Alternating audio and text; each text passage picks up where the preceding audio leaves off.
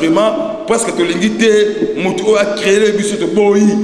congolais azali partout au tamboula ngaza ngai naza mutabandundu naza kaseye nazali mu Congo nazali mutabandundu nazali congolais à tous les provinces rokende partout azali Congo to boy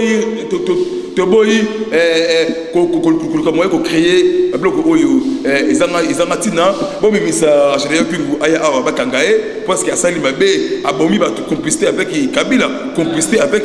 monsieur appelé John Numbi. La rébellion c'est fini. Pourquoi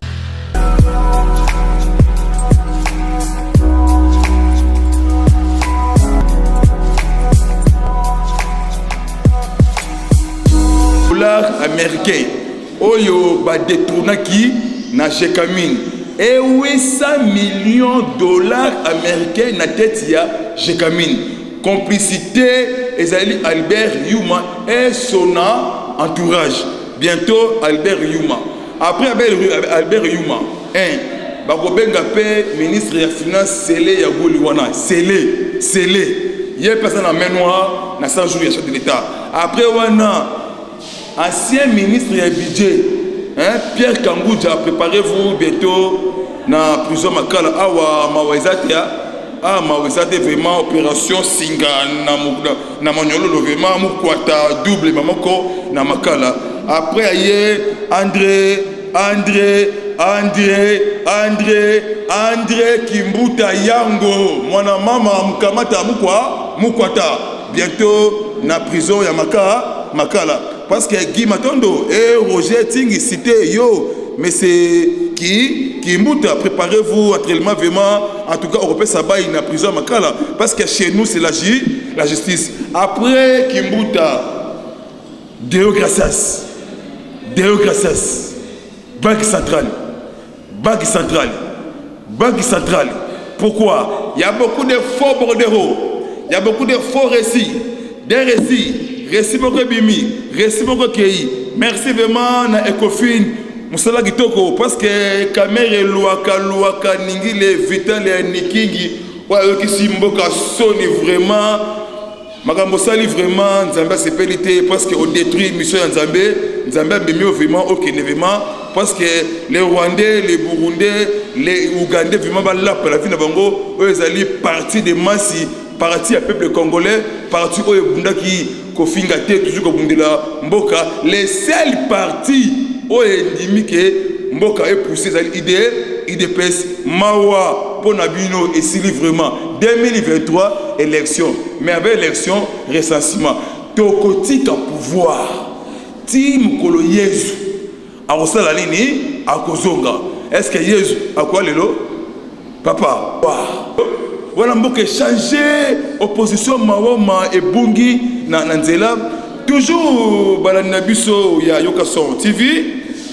Merci na bandeko na biso ya machipisha na kana Lubumbashi na Katanga bauti kokanga 10 ballons ya batterie militaire de frontière na Kasumbalesa mais noir ezali ya ba autorité katangé quelque chose pour préparer coup contre pays mais merci vraiment na machipisha ndé vraiment dévoiler batterie militaire wana pe na sengi na ministre intérieur papa Kakolo Gilbert et ce que vous allez vraiment landela dossier vraiment parce qu'il y a un main noir au eza na kati ya Congo. États-Unis d'Amérique avait dit bravo à lobby vraiment bon merci vraiment congolais vraiment à pousser justice on a biso bino boye ba vieux ya kiawa et bimisi tous les sortisans libanais on a biso bino boye mutu arobimate oyo tout asali viol oyo asali tuerie oyo piller nous nos richesses akozala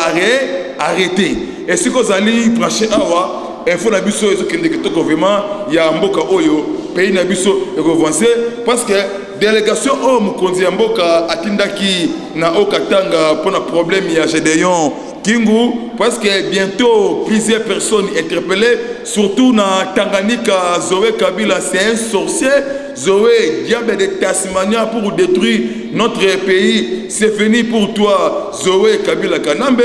mbongo tu oyibi erotikala na kesi ya l'état mboka oyo comme na budget y a 80 milliards pe comment parce que papa Etienne Bamulumba alobaki yango alobaki na kotonga mboka oyo na ba poche na poche na bango parce qu'il y a beaucoup de gens va voler bambongo tous mbongo wana tokotongelango RDC pays de biso évancé te limiter mutu ayi bambongo pona ko salir Fati te boye le wana parce que président a fingamaki mingi ba question belé na ba TP5 na ba France à cause du problème il y a 15 millions mais Fati alobaki boye même une famille nangai même une partie nanga politique même une proche même on ninga nangai en tout cas ce que sali babé en tout cas on va passer la justice bon tika ko salir mo kondi yamboka yete c'est la justice ce n'est pas Fati qui a donné ordre non c'est la justice ah loi kaningile nikingi vitalement en tout cas vraiment mawa vraiment mambu maso belé mukwata mukamate opération tungu yulu ah IDPS parti à bassage parti à bapomba parti à bassage en tout cas bravo à tous les combattants bravo à tous les combattantes bomoko bolingo tozwa misala encore parce que balongoli diable na kati ya Congo balongoli satana na kati ya cabinet à Fati satana akei Congo évancé tozwi information parce que biso botu tozaka makasi kaka na recherche dans média na biso parce que tolandi affaire ya Gédéon tolandi ezali na Bukama ezali na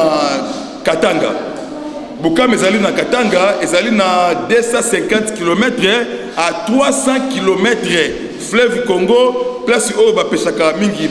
bambisi balobi Gédéon Kingu azali na ndaku ya baproche ya résidence ya Kabila aza kuna en tout cas bobi message de yon ba kangaye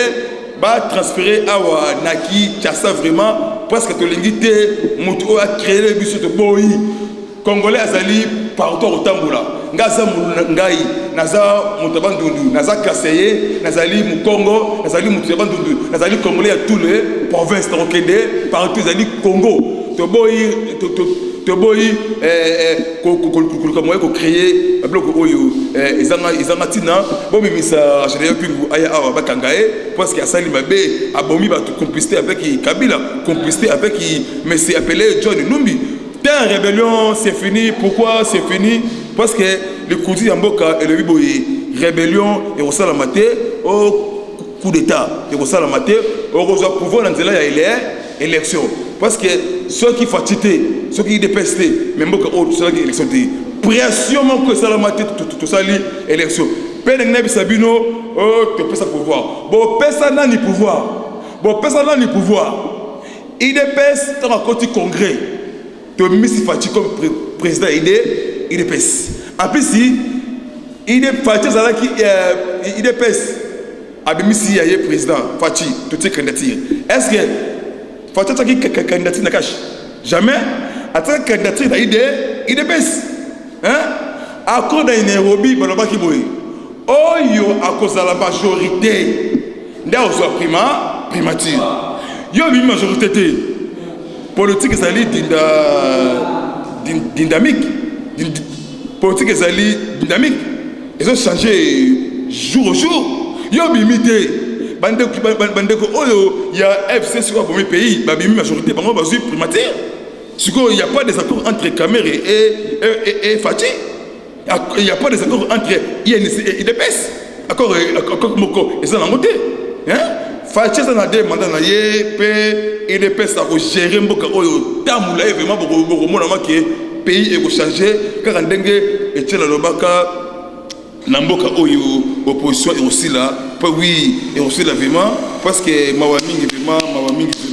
mboka oyo sokozali na mutema be tika yango totika kofingana totika kotongana ezali bien te mboka ebonga mbala moko te ezarrêté par étape parce que Congo baby 50 ans au Congo et baby et ebonga na simoté il en était mais 2021 ezali 21 cercle na RDC pourquoi 2021 Fati Akokoma président de l'Union africaine parce que ce Congo est décollé 2021 président de l'Union africaine on a vu Sibino Bouye 2021 décollage à Congo et changer mboka oyo ekozala bien affrontement et salamaki na Itour na Djugou les maïmaï appelés les maïmaï ngomino parce que il y a un colonel parce que la FARDC Akima akina na groupe wana appelé Moussa Seka Baluku hein Rwandais dans groupe wana camarade ya Kabila avec un groupe appelé Autodéfense Maïmaï parce que là qui affrontement les deux groupes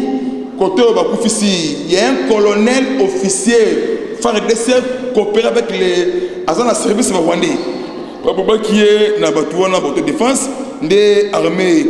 congolaises et ko intervenir des évacuer bango wana FARDC a outi ko dernière bastion il y a maïmaï Kodeko na Itour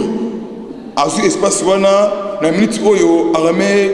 congolaise a commis na 98%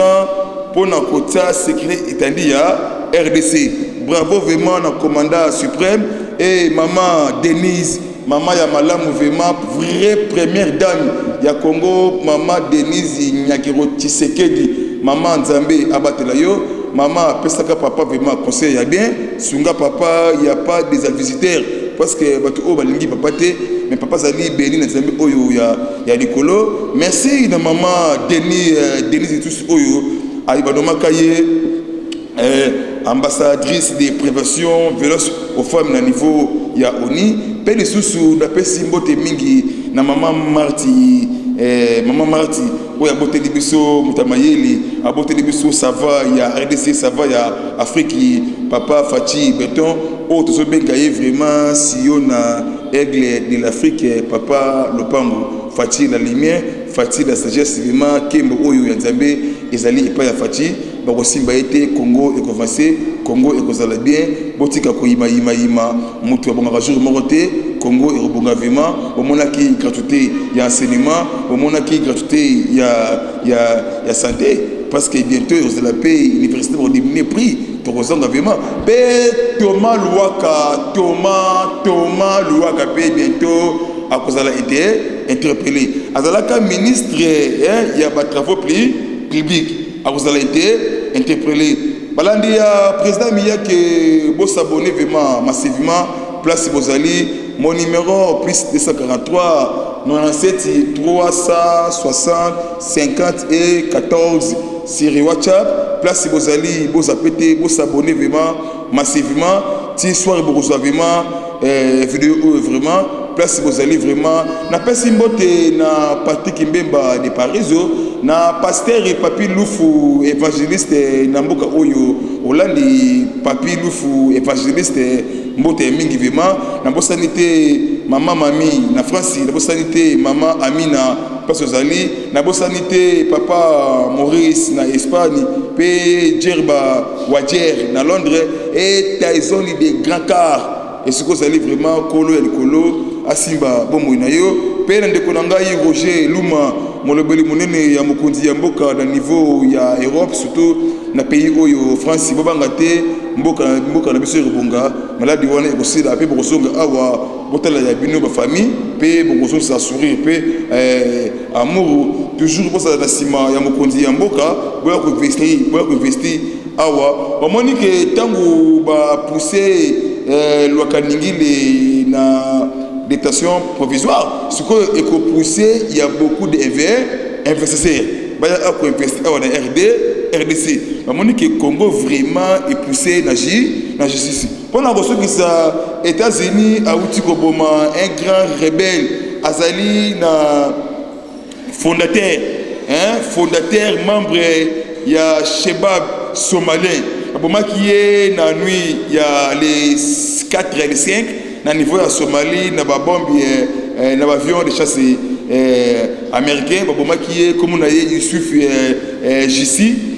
Jissi baboma qui est na ba américain parce que Kabila a coopéré na ba militaire rwandais ba militaire burundais na ba Sheba pour préparer attaque contre FARDC biso tozaka pour dénoncer tous les copies ya Kabila et ko simbaté parce que papa Etienne Omulumba alobaki boye okosala tout na Congo mbongo yibi okolonga te vraiment merci na balali tout ya Yokason TV Nzambe apambola bino, Nzambe likolo pe apambola bino, bokozala a bonne santé, bokozala na prière, pe bosambelaka avolala otie Fachi na mabondeli, otie famille na mabondeli, otie Congo, otie peuple congolais na mabondeli. Merci vraiment bolingo union, fait la force, mwana mama, mambo masobele, ciao.